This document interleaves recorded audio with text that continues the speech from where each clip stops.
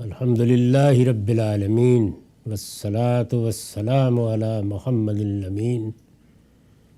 اعوذ باللہ من الشیطان الرجیم، بسم اللہ الرحمن الرحیم۔ خواتین و حضرات، ہم میزان حصہ اول میں دوسرے باب اخلاقیات کا مطالعہ کر رہے ہیں۔ یہ بات بار بار عرض کی جا چکی ہے کہ ہمارے دین کی بنیاد ایمان و اخلاق ہے۔ ہمارے پیغمبر نے فرمایا ہے کہ بعثت لأتمم مکارم الاخلاق۔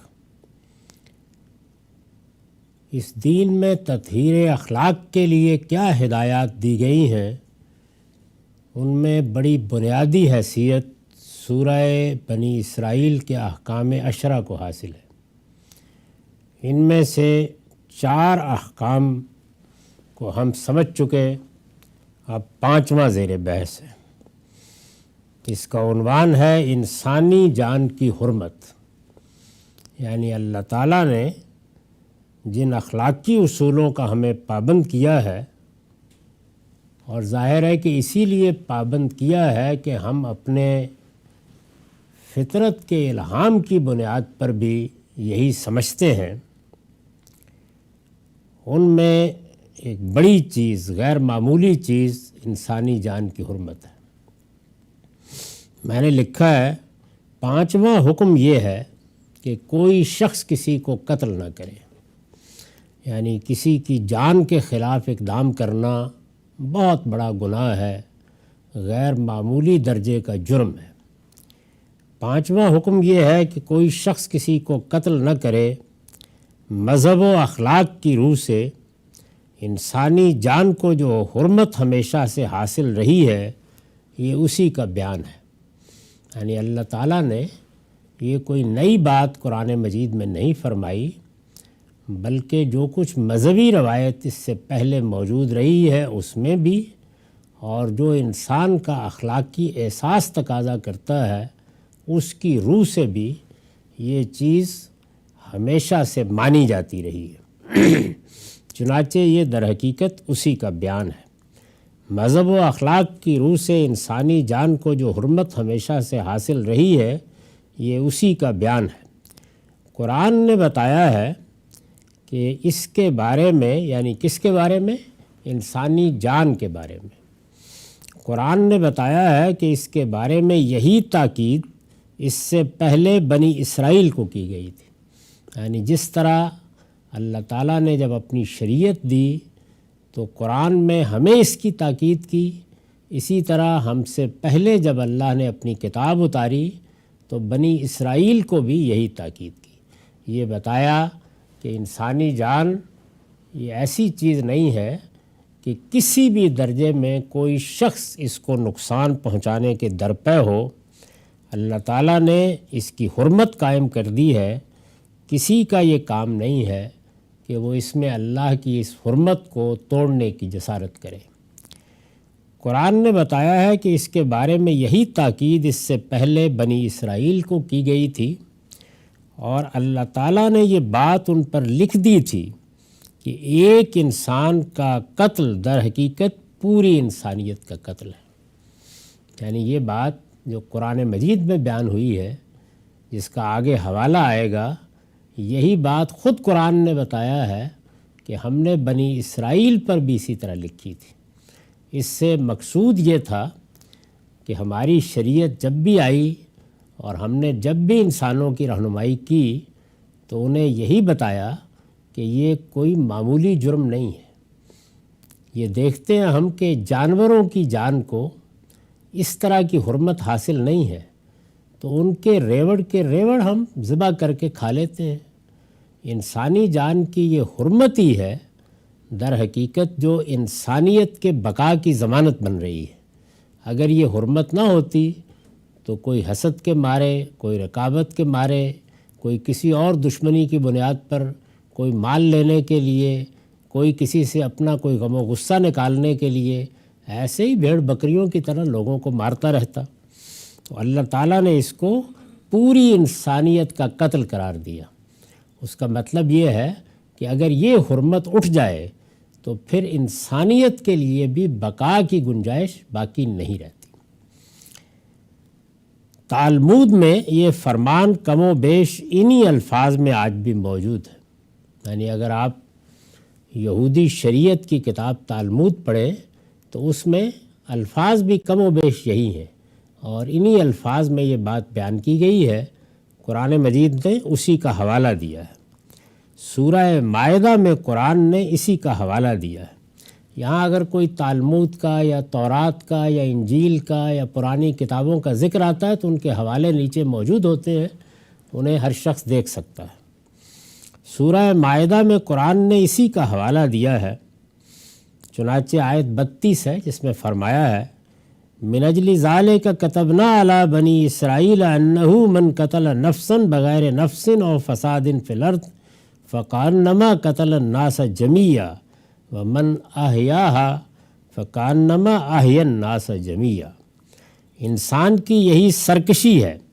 یہ اوپر اصل میں یہ واقعہ بیان ہوا ہے کہ کس طرح سے ایک مذہبی نوعیت کے جھگڑے میں حابیل کو قابیل نے قتل کر ڈالا، یعنی آدم علیہ السلام کے 2 فرزندوں میں سے ایک نے اپنے بھائی کو قتل کر ڈالا، اس کا اوپر حوالہ دیا ہے۔ اور پھر یہ کہا ہے کہ انسان کی یہی سرکشی ہے جس کی وجہ سے ہم نے موسیٰ کو شریعت دی تو اس میں بنی اسرائیل پر بھی اپنا یہ فرمان لکھ دیا تھا کہ جس نے کسی ایک انسان کو قتل کیا، اس کے بغیر کہ اس نے کسی کو قتل کیا ہو یا زمین میں کوئی فساد برپا کیا ہو، تو اس نے گویا تمام انسانوں کو قتل کر دیا، اور جس نے کسی ایک انسان کو زندگی بخشی، اس نے گویا تمام انسانوں کو زندگی بخش دی۔ دنیا کی پوری تاریخ میں، خواہ وہ مذہب کی تاریخ ہے یا اخلاق کی تاریخ ہے، اس شان کے ساتھ، اس اہتمام کے ساتھ، اس تعین کے ساتھ اور اس تحدید کے ساتھ انسانی جان کی حرمت کہیں بیان نہیں ہوئی۔ یہ قرآن مجید ہے اور اس سے پہلے کے صحائف ہیں جنہوں نے اس کو اس طرح پیش کیا ہے۔ یہ بتایا ہے کہ یہ کس درجے کا جرم ہے، یہ بتایا ہے اس کے نتائج کتنے خطرناک ہیں، یہ بتایا ہے کہ اس کے بالکل برخلاف لوگوں کو زندگی بخشنا یہ کتنی بڑی نیکی اور کتنا بڑا خیر ہے، اور اس کے ساتھ ہی یہ تعین بھی کر دی ہے کہ وہ کیا جرائم ہیں جن کی پاداش میں انسان کی جان لی جا سکتی ہے۔ تو دونوں چیزیں متعین کر دیں۔ چنانچہ ہم یہ جانتے ہیں کہ دنیا کی تاریخ میں لوگوں نے جب خود جرائم کی سزا دینے کا فیصلہ کیا تو معمولی جرائم پر بھی بعض موقعوں پر لوگوں کی جان لے لی۔ اسی طرح مذہبی اختلافات اس کا باعث بن گئے، کسی نے کسی پر فتویٰ لگا دیا تو یہ چیز اس کا باعث بن گئی۔ اس وقت بھی یہ بحث جاری ہے اور قانون کے ماہرین میں جاری ہے کہ انسان کی جان کی حرمت جرم و سزا کے معاملے میں کس طرح اٹھے گی، یا اٹھے گی بھی یا نہیں اٹھے گی۔ قرآن مجید نے اس نازک معاملے میں بالکل واضح طریقے پر اپنا نقطہ نظر بیان کیا ہے۔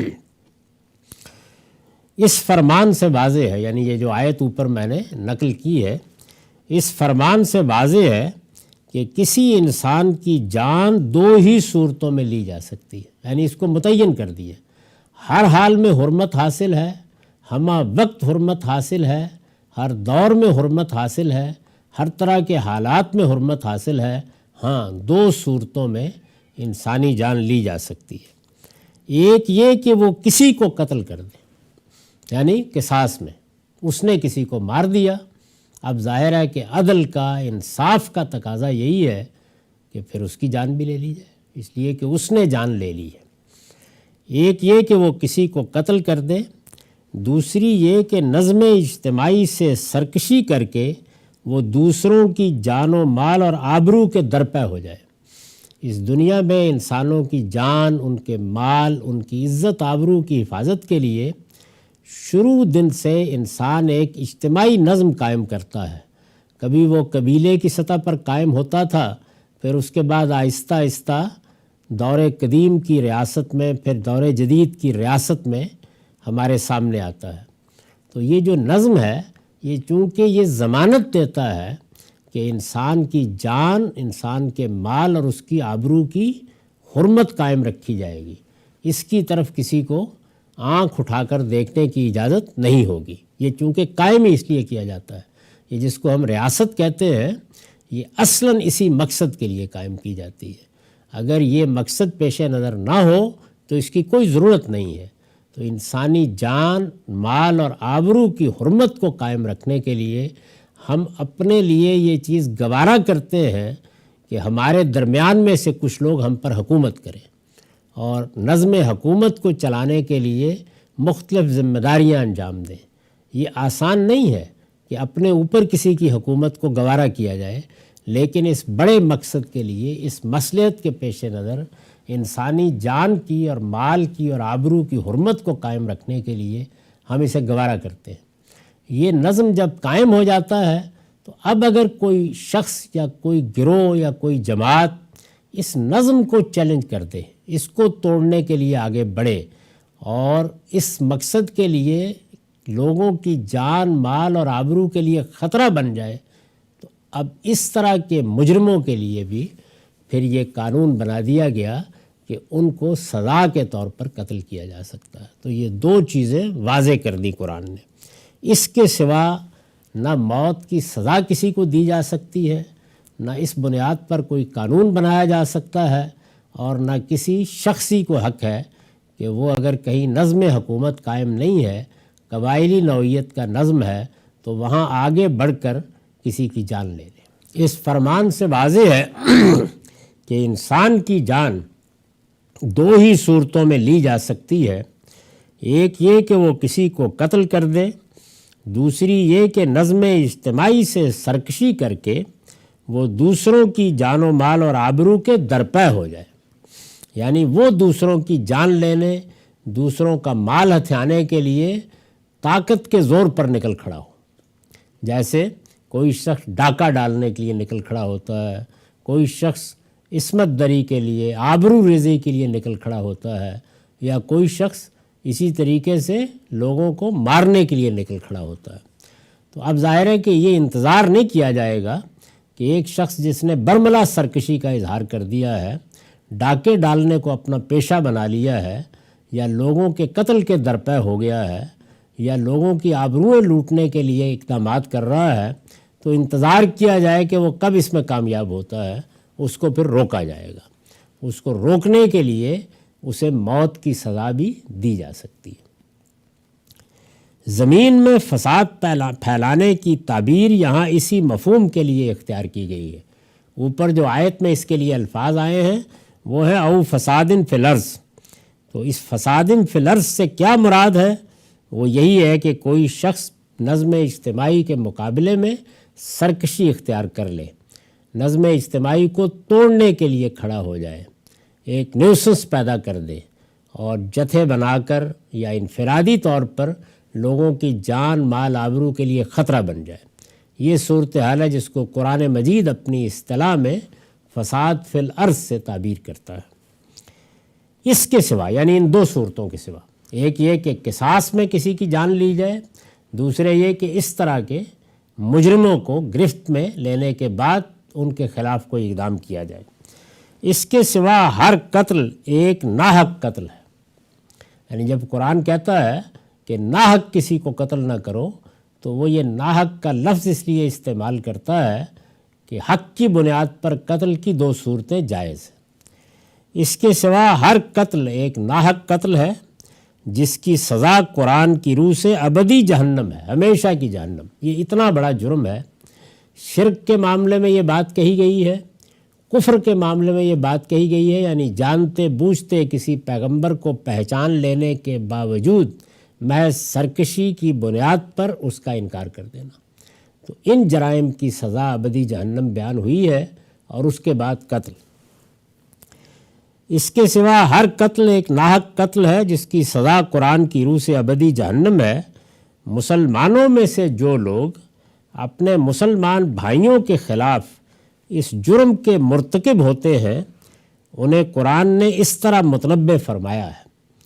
ظاہر ہے کہ یہ ایک بڑا جرم ہے، تو قرآن مجید نے مسلمانوں کی جماعت میں جو لوگ اس طرح کا اقدام کرتے ہیں ان کو ابدی جہنم کی وعید سنائی اور اس طرح متنبع کیا ہے، وَمَن يَقْتُلْ مُؤْمِنًا مُتَعَمِّدًا فَجَزَاؤُهُ جَهَنَّمُ خَالِدًا فِيهَا وَغَضِبَ اللَّهُ عَلَيْهِ وَلَعَنَهُ وَأَعَدَّ لَهُ عَذَابًا عَظِيمًا۔ یہ سورہ نساء ہے، 93 آیت۔ اس شخص کی سزا البتہ جہنم ہے جو کسی مسلمان کو جان بوجھ کر قتل کرے، وہ اس میں ہمیشہ رہے گا، اس پر اللہ کا غضب اور اس کی لعنت ہے، اور اس کے لیے اس نے ایک بڑا عذاب تیار کر رکھا ہے۔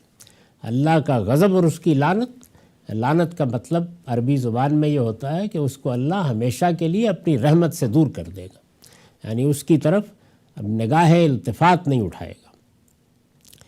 اسی طرح یہ بات بھی قرآن نے واضح کر دی ہے کہ اس جرم کے مرتکبین کا معاملہ صرف اللہ تعالیٰ کے ساتھ نہیں ہے، یعنی جب کوئی شخص کسی کو قتل کرتا ہے تو یہ محض حقوق اللہ کا معاملہ نہیں ہے، اب اسے صرف اللہ تعالیٰ ہی کے ساتھ معافی مانگ کے عفو و درگزر کی توقع نہیں کرنی ہے، بلکہ اس سے آگے بڑھ گئی بات۔ اسی طرح یہ بات بھی قرآن نے واضح کر دی ہے کہ اس جرم کے مرتکبین کا، یعنی اس کا ارتکاب کرنے والوں کا معاملہ صرف اللہ تعالیٰ کے ساتھ نہیں ہے، مقتول کے اولیاء کے ساتھ بھی ہے۔ کسی کو زخم لگایا ہے، کسی کا کان کاٹ لیا، کسی کی زبان کاٹ لی، کسی کا ہاتھ توڑ دیا، تو جس کے ساتھ یہ معاملہ ہوا ہے اس کے ساتھ بھی معاملہ کرنا پڑے گا، اور اگر وہ دنیا سے رخصت ہو گیا ہے تو اس کے اولیاء، یعنی اس کے سرپرست، اس کے خاندان کے لوگ، اس کے پیچھے جو لوگ ہیں، مقتول کے اولیاء کے ساتھ بھی ہے، اور ان کو اللہ نے پورا اختیار دے دیا ہے۔ یعنی اللہ تعالیٰ یہ فرماتے ہیں کہ اب اس شخص کا معاملہ تمہارے ہاتھ میں دے دیا گیا ہے۔ معاشرہ، حکومت، ریاست، عدالتیں جرم کی تحقیق کے حد تک تو اپنا اختیار رکھتی ہیں، لیکن قصاص میں قتل کرنا یہ اب ان پر لازم ہو گیا ہے۔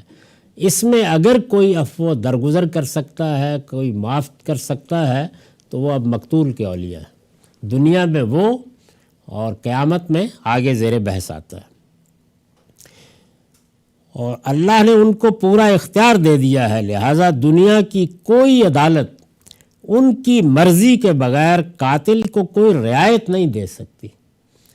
یعنی اگر کسی نے قتل کر دیا ہے تو یہ اتنا بڑا جرم ہے کہ اس کے معاملے میں اگر حالات کو دیکھ کر یا جرم کس صورتحال میں ہوا اسے دیکھ کر یا اس کے محرکات کو دیکھ کر جو ایک رحم کا جذبہ پیدا ہوتا ہے، تو اس میں ظاہر ہے کہ جتنے بھی جرائم ہیں ان میں عدالتیں یہ فیصلہ کرتی ہیں کہ یہاں ہم مجرم کے حالات کی رعایت کر کے سزا میں کمی کریں گے، لیکن قتل کے معاملے میں اس کا رخ اولیاء کی طرف موڑ دیا گیا ہے۔ یعنی اب عدالت نے بھی انہی کو راضی کرنا ہے، وہ آمادہ ہونے چاہیے اس کے لیے، لہٰذا دنیا کی کوئی عدالت ان کی مرضی کے بغیر قاتل کو کوئی رعایت نہیں دے سکتی۔ اس کی ذمہ داری ہے کہ وہ اگر قصاص پر اصرار کریں، یہاں یہ واضح رہے کہ رعایت نہیں دے سکتی، وہ اس پر اصرار کر رہے ہیں کہ مار دیا جائے، تو ظاہر ہے کہ پھر کچھ نہیں ہو سکتا، لیکن اگر وہ رعایت دے دے تو اس رعایت کو قبول کیا جا سکتا ہے، اس کو قبول کرنا لازم نہیں، یعنی یہ ضروری نہیں ہے کہ وہ رعایت دے دیں تو اب عدالت کے ہاتھ بند گئے ہیں، نہیں، رعایت دینے میں تو ان کا اختیار ہے۔ جہاں تک اس کو قتل کرنے کا تعلق ہے یا کوئی بڑی سزا دینے کا تعلق ہے، اس معاملے میں ان کا اختیار نہیں ہے مداخلت کا، وہ رعایت دے سکتے ہیں لیکن اس جانب نہیں جا سکتے۔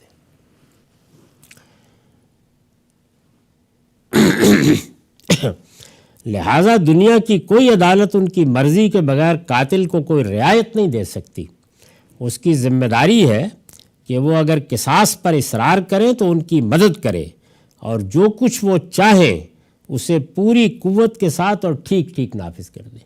یعنی اگر رعایت قابل قبول ہے تو اس کے لیے پھر ایک قانون ہے، وہ یہاں زیر بحث نہیں ہے، کیونکہ یہ اخلاقیات کا باب ہے، یہ قانون کا باب نہیں ہے، وہ آگے زیر بحث آئیں گے حدود و تعزیرات میں۔ لیکن اگر انہوں نے رعایت دے دی ہے تو کچھ رعایت دینے کے بعد کے تقاضے ہیں جو پورے کریں گے اور عدالت بھی پورا کرے گی، اور اگر انہوں نے رعایت نہیں دی تو اس صورت میں ظاہر ہے کہ قصاص لیا جائے گا، اور اگر انہوں نے رعایت دے دی ہے اور عدالت اس رعایت کو موضوع نہیں سمجھتی، یعنی اس کا نقطہ نظر یہ ہے کہ یہ قتل جس نے کیا ہے یا جن حالات میں کیا ہے اس کو اب محض مقتول کے وارثوں کے راضی ہونے پر معاف نہیں کیا جا سکتا، تو اس کا حق ہے کہ وہ ان کو سزا دے، یعنی سزا میں اختیار موجود ہے، معافی کے لیے اختیار موجود نہیں ہے۔ تاہم اس کے یہ معنی نہیں ہے کہ مسلمانوں کی کوئی باقاعدہ حکومت اگر کسی جگہ قائم نہ ہو اور قصاص کا معاملہ مقتول کے اولیاء ہی سے متعلق ہو جائے، یعنی ایک صورت تو یہ ہے کہ ایک باقاعدہ حکومت قائم ہے، اس میں اللہ تعالیٰ نے حکومت کے ذمہ داروں کو، نظم اجتماعی کے ذمہ داروں کو حکم دیا ہے کہ کتب علیکم القصاص، تم پر اب یہ بدلہ لینا، قصاص لینا یہ لازم کیا گیا ہے۔ تو وہاں پر تو معاملہ حکومت کے، عدالت کے سپرد ہو گیا، لیکن ایسے معاشرے بھی رہے ہیں جن میں کوئی حکومت نہیں ہے باقاعدہ طور پر قائم، ایک قبائلی نوعیت کا نظم ہے جس کے تحت لوگ زندگی بسر کرتے ہیں، جیسے کہ رسول اللہ صلی اللہ علیہ وسلم کی بعثت سے پہلے عرب میں تھا۔ تو اگر اس طرح کی صورتحال ہو تو پھر کیا ہوگا؟ تاہم اس کے یہ معنی نہیں ہے کہ مسلمانوں کی کوئی باقاعدہ حکومت اگر کسی جگہ قائم نہ ہو اور قصاص کا معاملہ مقتول کے اولیاء ہی سے متعلق ہو جائے، یعنی ظاہر ہے کہ اگر باقاعدہ حکومت قائم نہیں ہے تو اب مقتول کے جو وارث ہیں، سرپرست ہیں، وہی کچھ نہ کچھ کریں گے، یا معاف کریں گے یا بدلہ لیں گے، جو کچھ بھی ہوگا۔ مقتول کے اولیاء ہی سے متعلق ہو جائے تو وہ اپنی اس حیثیت میں حدود سے تجاوز کرے، یعنی اس کی اجازت نہیں ہے۔ اب ذمہ داری ساری ان پر آ گئی ہے، ان کا ہاتھ پکڑنے والا کوئی نہیں ہے، کوئی حکومت نہیں ہے، کوئی عدالت نہیں ہے، وہ موجود ہی نہیں۔ معاشرے کے اندر ایک قبائلی نوعیت کا تمدن ہے جہاں پر لوگ ہی مل کے کچھ فیصلے کرتے ہیں، تو اب جب معاملہ ان سے متعلق ہو گیا ہے تو اس کے ہرگز یہ معنی نہیں ہے کہ ان کو چونکہ اللہ نے اختیار دے دیا تو اب جو جی چاہے کریں، اپنی حدود سے تجاوز نہ کریں۔ اور مثال کے طور پر جوش انتقام میں قاتل کے علاوہ دوسروں کو بھی قتل کرنے کی کوشش کریں، یعنی اسلام نے عدل کے تقاضے سے قصاص کا حق دیا ہے، انتقام کا حق نہیں دیا۔ یہ دو الگ الگ چیزیں ہیں۔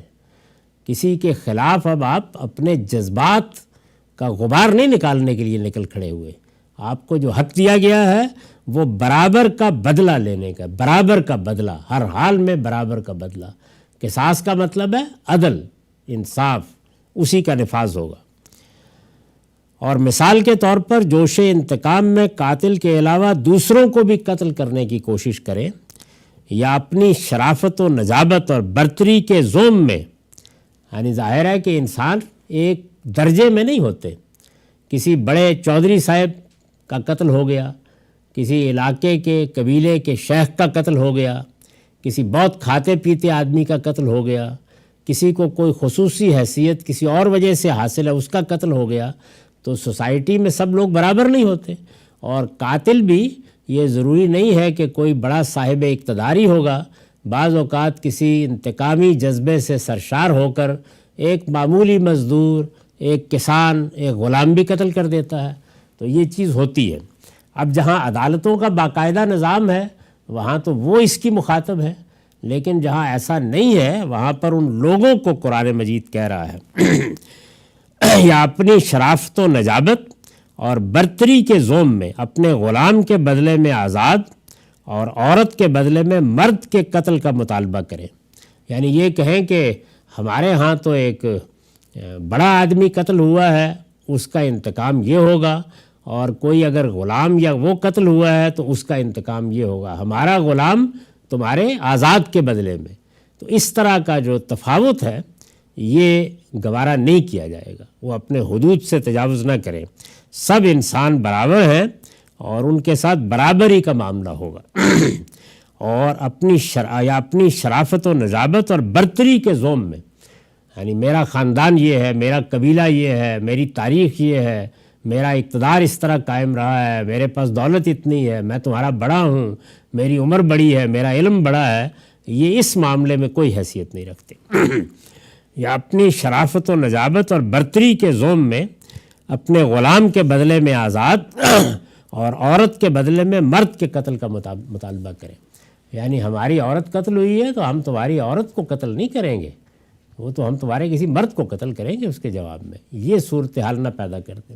یا مجرم کو عذاب دے دے کر ماریں، یعنی قتل کرنے کی بھی کوئی ایسی صورت اختیار نہ کی جائے کہ جو اس صورتحال سے تجاوز کر جائے. مجرم کو عذاب دے دے کر مارے، یا مار دینے کے بعد اس کی لاش پر غصہ نکالے، یا قتل کے ایسے طریقے اختیار کریں جن سے اللہ تعالیٰ نے منع فرمایا ہے. مثال کے طور پر کسی کو آگ میں ڈال دینا یا کسی اور اس طرح کے طریقے سے قتل کرنا، تو اس کا حق ان کو نہیں ہے. فلا یسرف فی القتل کے الفاظ یہاں اسی تنبیہ کے لیے آئے ہیں. یعنی سورہ بنی اسرائیل کی جو آیتیں یہاں سر عنوان ہیں، اس میں جب مقتول کے اولیاء کو یہ اختیار دیا گیا ہے تو اس میں یہ کہا ہے فلا یسرف فی القتل، وہ قتل کے معاملے میں حدود سے تجاوز نہ کرے. وہ وضاحت میں نے اوپر کر دی ہے. اب یہ جو اخلاقی اصول بیان کیا ہے تو اس سے یہ بات نکلتی ہے، یعنی یہ ساری بحث اگر سامنے ہو تو اس سے یہ بات نکلتی ہے کہ قیامت میں یہی اختیار مقتول کو بھی حاصل ہوگا. یعنی جب اللہ تعالیٰ نے دنیا میں اس معاملے کو صرف اپنے ساتھ متعلق نہیں رکھا بلکہ اس کو مقتول کے اولیاء کے ساتھ بھی متعلق کر دیا، یعنی اللہ بھی سزا دے گا، اللہ بھی غضبناک ہوگا، تم اللہ کی رحمت سے بھی دور ہوگے کسی کو قتل کیا ہے، اور اس کے ساتھ مقتول کے اولیاء کو بھی تم پر اختیار حاصل ہو جائے گا. تو یہ دنیا میں حاصل ہو جائے گا. ظاہر ہے اس میں اللہ نے اپنا منشا بیان کر دیا. اس سے یہ بات نکلتی ہے کہ یہی صورتحال قیامت میں بھی ہو جائے گی. اس سے یہ بات نکلتی ہے کہ قیامت میں یہی اختیار مقتول کو بھی حاصل ہوگا، اور اس کی مرضی کے بغیر قاتل کو وہاں بھی کوئی رعایت نہ مل سکے گی. یعنی بالکل وہی عدالت وہاں بھی لگ جائے گی. اللہ تعالیٰ فیصلہ سنائیں گے کہ یہ قاتل ہے، اب اس کی سزا یہ ہے، وہ اوپر بیان ہو گئی، ابدی جہنم اس کی سزا ہے. معافی کے لیے پھر وہی مقتول کے اولیاء کی طرف جانا پڑے گا. تو یہاں پر بھی یہی، وہاں پر بھی وہی. یہ 5واں حکم ہے. اس کے بعد اب 6، یتیم کے مال میں خیانت. ہمارے معاشرے میں تو اب بہت کچھ ادارے بن گئے ہیں اور بہت کچھ تحفظ ریاستوں کا بھی حاصل ہو جاتا ہے، لیکن قبائلی معاشروں میں جب کوئی شخص دنیا سے رخصت ہو گیا، بچے چھوٹے ہیں، ابھی اپنے معاملات خود سنبھالنے کی پوزیشن میں نہیں ہے، تو یتیموں کے مال پر ہر شخص قبضہ کرنے اور اس کو ہڑپ کر جانے کی تدبیریں سوچنے کے لیے آزاد تھا. تو اس کو بھی موضوع بنایا ہے، یتیم کے مال میں خیانت. 6واں حکم یہ ہے کہ یتیم کے مال میں کوئی ناجائز تصرف نہ کیا جائے. وہ بچہ ہے یا بچے ہیں، اب ظاہر ہے کہ وہ خود تو اپنا مال سنبھالنے یا اس کی حفاظت کرنے یا اس سے کوئی کاروبار کرنے کی پوزیشن میں نہیں ہے، تو اس میں اب اعزاء نے، اقربا نے، کوئی چچا ہیں، کوئی دادا ہیں، کوئی ماموں ہیں، کوئی بھی ہے، انہوں نے کچھ نہ کچھ کرنا ہے، تو اس میں کوئی ناجائز تصرف نہ کیا جائے. اب اس کو ایک امانت سمجھا جائے اور سب معاملات بڑی نیک نیتی کے ساتھ، پوری احتیاط کے ساتھ اسی طرح کیے جائیں جس طرح کے انسان، ایک خیر خواہ انسان اپنے لیے کرتا ہے. 6واں حکم یہ ہے کہ یتیم کے مال میں کوئی ناجائز تصرف نہ کیا جائے. اس حکم کے الفاظ وہی ہیں جو اوپر زنا سے روکنے کے لیے آئے ہیں. وہاں کہا ہے نا وَلَا تَقْرَبُوا الزِّنَا، تو یہاں پر بھی وہی الفاظ ہیں کہ وَلَا تَقْرَبُوا مَالَ الْيَتِيمِ، یعنی یتیم کی بہبود اور بہتری کے ارادے کے سوا اس کے مال کے قریب بھی نہ جاؤ. اس کا مال ایک امانت ہے، تم اس کے اب محافظ کا کردار ادا کرو، اور اسی کی بہتری کے لیے، اسی کی بہبود کے لیے، اسی کی نفع رسانی کے لیے کچھ کرنا پڑ جائے تو وہ بھی پوری احتیاط کے ساتھ، پوری امانت کے ساتھ، پوری دیانت کے ساتھ کرو. اس کے سوا کسی اور مقصد کے لیے، یعنی اپنا کوئی الو سیدھا کرنے کے لیے، اپنی کوئی تدبیر کر کے کوئی فائدہ اٹھانے کے لیے اس کے مال کے قریب بھی نہ جاؤ. اس کے معنی یہ ہے کہ یتیم کے مال میں صرف وہی تصرف جائز ہے، یعنی یتیم کے مال میں اگر اب کچھ کرنا ہے، مال کو ضائع تو نہیں کیا جا سکتا، بعض موقعوں پر اسے کاروبار میں لگانے کا فیصلہ کرنا ہوتا ہے، کوئی دکان ہے تو اس کو چلانے کا فیصلہ کرنا ہے، اسی طرح کوئی فیکٹری ہے، کوئی اور چیز ہے، تو ایک بڑی ذمہ داری آ جاتی ہے، بچے چھوٹے ہیں، صرف وہی تصرف جائز ہے جو اس کی حفاظت اور نشو و نما کی غرض سے کیا جائے، یعنی پیش نظر یہ ہو کہ یہ مال ضائع نہ ہو، اس کا حق تلف نہ ہو جائے، اس کو کوئی نقصان نہ پہنچے، تو اس سچے جذبے کے ساتھ جو اقدام بھی کریں اور پوری احتیاط کے ساتھ جو اس کی حفاظت اور نشو و نما کی غرض سے کیا جائے، اور اسی وقت تک کیا جائے جب تک یتیم سن رشد کو پہنچ کر اپنے مال کی ذمہ داری خود سنبھالنے کے قابل نہیں ہو جاتا۔ دو باتوں کی تاکید کی اللہ تعالیٰ نے، ایک یہ کہ کوئی ایسا تصرف کرنے کی جسارت بھی نہ کی جائے جو اس کے مال کو نقصان پہنچائے یا جس سے مقصود اس کی بہبود نہ ہو، یا مال میں نشو و نما کے لیے کوئی سوچا سمجھا لوگوں کے مشورے سے علانیہ اقدام کیا جا رہا ہے جو ضروری ہو گیا ہے، ورنہ اس کے مال کی حفاظت ہی اصلی مقصود ہے۔ تو یہ چیز ایک ہے۔ دوسری چیز یہ فرمائی کہ وہ سن رشد کو پہنچ گیا، یعنی بالغ ہو گئے بچے اور سمجھدار بھی ہو گئے، اپنا مال خود سنبھالتے ہیں، لیکن بدنیتی اگر کسی بھی درجے میں کار فرما ہو یا کوئی انڈائریکٹ بالواسطہ فائدہ بھی پہنچ رہا ہو تو بعض اوقات آدمی کی خواہش ہوتی ہے کہ اب یہ ان کے حوالے نہ کیا جائے، تو فرمایا کہ نہیں، بس اس کا حق اسی وقت تک تھا جب تک کہ وہ سن رشد کو نہیں پہنچ گئے۔ سن رشد کو پہنچنے کا مطلب ہے کہ اپنے معاملات کو خود سنبھالنے کے قابل ہو گئے۔ جب تک یتیم سن رشد کو پہنچ کر اپنے مال کی ذمہ داری خود سنبھالنے کے قابل نہیں ہو جاتا۔ سورہ نساء میں اللہ تعالیٰ نے اس کے لیے چند متعین ہدایات دی ہیں۔ یہ سورہ بنی اسرائیل ہے، اس میں اخلاقی اصول بیان کیے گئے ہیں، لیکن سورہ نساء میں اس کے لیے پھر ایک قانون بنایا گیا ہے۔ سورہ نساء میں اللہ تعالیٰ نے اس کے لیے چند متعین ہدایات دی ہیں، لیکن ان کا تعلق چونکہ شریعت کے مباحث سے، یعنی اب وہ قانون کی بحث ہو گئی، وہ اس باب میں نہیں آئے گی، وہ جب وہ قانون زیر بحث آئے گا وہ وہاں کریں گے، لیکن ان کا تعلق چونکہ شریعت کے مباحث سے ہے، یعنی ان ہدایات کا، اس لیے انہیں ہم اسی کتاب میں آگے قانون معاشرت کے زیر عنوان بیان کریں گے۔ یعنی جہاں پر قانونی چیزیں معاشرت کے بارے میں بیان ہوئی ہیں، خواہ وہ نکاح کا معاملہ ہے، خواہ طلاق کا معاملہ ہے، خواہ مرد و زن کے اختلاط کا معاملہ ہے، یا یتیموں کی بہبود کا معاملہ ہے، تو اس طرح کی چیزوں کے بارے میں جو قانون سازی کی گئی ہے وہ قانون معاشرت کے عنوان کے تحت بیان ہوگی۔ یہاں اخلاقی تعلیمات بیان ہو رہی ہیں۔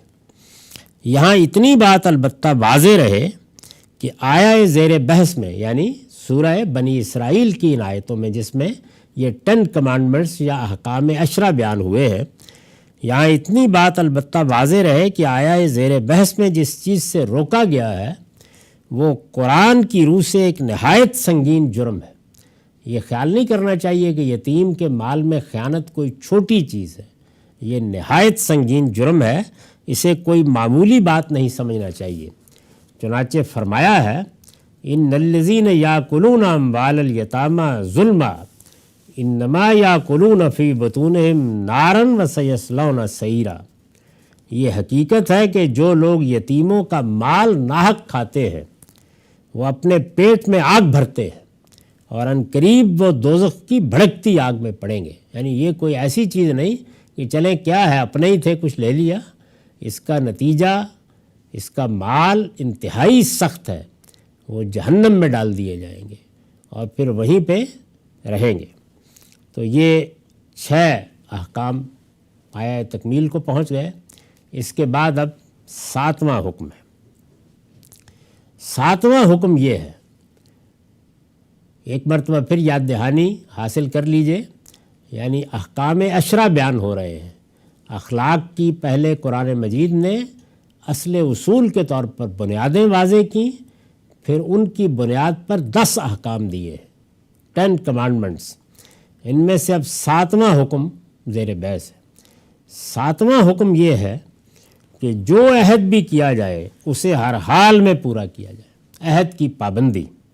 اس کا عنوان ہے، یعنی جو ہم عہد معاہدے کرتے ہیں، جو کچھ بھی عہد کیا جائے اسے ہر حال میں پورا کیا جائے۔ فرمایا ہے کہ اس کے بارے میں پوچھا جائے گا، یعنی یہ یوں نہیں ہے کہ میں نے تو بھائی سے عہد کیا تھا، باپ سے کیا تھا، چلیے کیا ہے، نہیں، قیامت میں اس پر سوال ہونا ہے، اس پر پوچھا جائے گا۔ سورہ بقرہ میں یہی بات نہایت اہتمام و اختصاص اور تاکید و تنبیہ کے اسلوب میں اس طرح بیان ہوئی ہے، یعنی سورہ بقرہ میں اللہ تعالیٰ نے جہاں پر خیر خواہی اور نیکی اور ایفائے حقوق کے بارے میں بیان کیا ہے تو بہت اہتمام کے ساتھ، خاص زور دے کر، اختصاص کے ساتھ، بہت تاکید کے اسلوب میں اور توجہ دلا کر یہ بتایا ہے کہ عہد کی پابندی ہونی چاہیے، اور اس کے الفاظ ہیں، اس طرح بیان ہوئی ہے، وَالْمُوفُونَ بِعَهْدِهِمْ إِذَا عَاهَدُوا، اور وفاداری تو ان کی وفاداری ہے، یعنی نیکی ان کی نیکی ہے۔ وہ لوگ ہیں کہ جو اللہ کے ہاں وفادار قرار پائیں گے کہ جب عہد کر بیٹھیں تو اپنے اس عہد کو پورا کرنے والے ہوں۔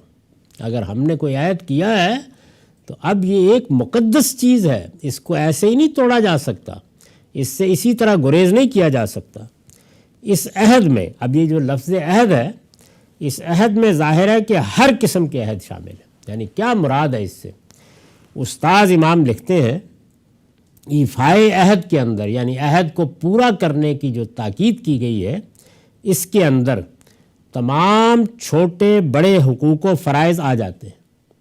جو کچھ بھی ذمہ داریاں انسان کے اوپر عائد ہوتی ہیں وہ سب در حقیقت عہد معاہدے ہوتے ہیں، کہیں وہ ریٹن ہوتے ہیں، کہیں ان ریٹن ہوتے ہیں، کہیں تحریری ہوتے ہیں اور کہیں وہ سمجھے جاتے ہیں۔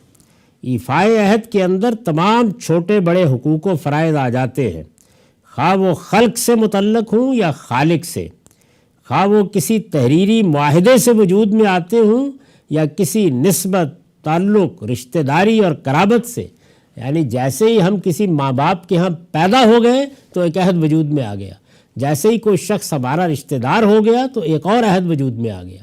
تو کچھ عہد وہ ہیں جو ہم کرتے ہیں اور کچھ عہد وہ ہیں کہ جو آپ سے آپ وجود پذیر ہو جاتے ہیں، یا کسی نسبت، تعلق، رشتہ داری اور قرابت سے، خواہ ان کا اظہار و اعلان ہوتا ہو یا وہ ہر اچھی سوسائٹی میں بغیر کہے ہوئے سمجھے اور مانے جاتے ہوں۔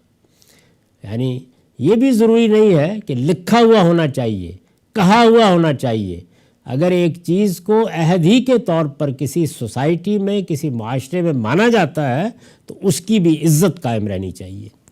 اللہ اور رسول، ماں اور باپ، بیوی اور بچے، خویش و اقارب، کنبہ اور خاندان، پڑوسی اور اہل محلہ، استاد اور شاگرد، نوکر اور آقا، ملک اور قوم، ہر ایک کے ساتھ ہم کسی نہ کسی ظاہری یا مخفی معاہدے کے ساتھ بندھے ہوئے ہیں۔ اگر غور کر کے دیکھا جائے تو یہ عہد اور معاہدہ کوئی ایک مجرد چیز نہیں ہے یا منفرد معاملہ نہیں ہے، یہ اتنے معاملات میں ہم بندھے ہوئے ہیں، اور یہ بر و تقوی کا ایک لازمی تقاضا ہے کہ ان تمام معاہدوں کے حقوق ادا کرنے والے بنیں، یعنی سب چیزیں ہمیشہ پیش نظر رہنی چاہیے۔ گویا ایفائے عہد کی اصل روح، یعنی عہد کو پورا کرنے کے حکم کی اصل روح، اسپرٹ کیا ہے؟ ایفائے حقوق ہے، کہ حقوق ادا کیے جائیں۔ یہ حق ہے، جس کے ساتھ آپ معاہدہ کرتے ہیں وہ بھی ایک حق قائم ہو جاتا ہے، تو جتنے حقوق قائم ہیں سب پورے کیے جائیں، اور ایفائے حقوق انسان کے تمام چھوٹے بڑے فرائض کو محیط ہے۔ گویا فرائض کی یا ڈیوٹیز کی یا ذمہ داریوں کی جو فہرست بنائی جاتی ہے، اس کی بنیاد کیا ہے؟ وہ عہد اور معاہدے جو یا تحریری طور پر ہوئے، یا زبان سے کیے گئے، یا فطرت کی روح سے سمجھے گئے، یا کسی معاشرے کے عرف پر قائم ہے، سب کو پورا کرنا، اسی کو ایفائے حقوق کہا جاتا ہے۔ یہ بحث ابھی جاری ہے، اب ہمارا وقت ہو گیا۔ اقول قولی ھذا واستغفر اللہ لی ولکم ولسائر المسلمین۔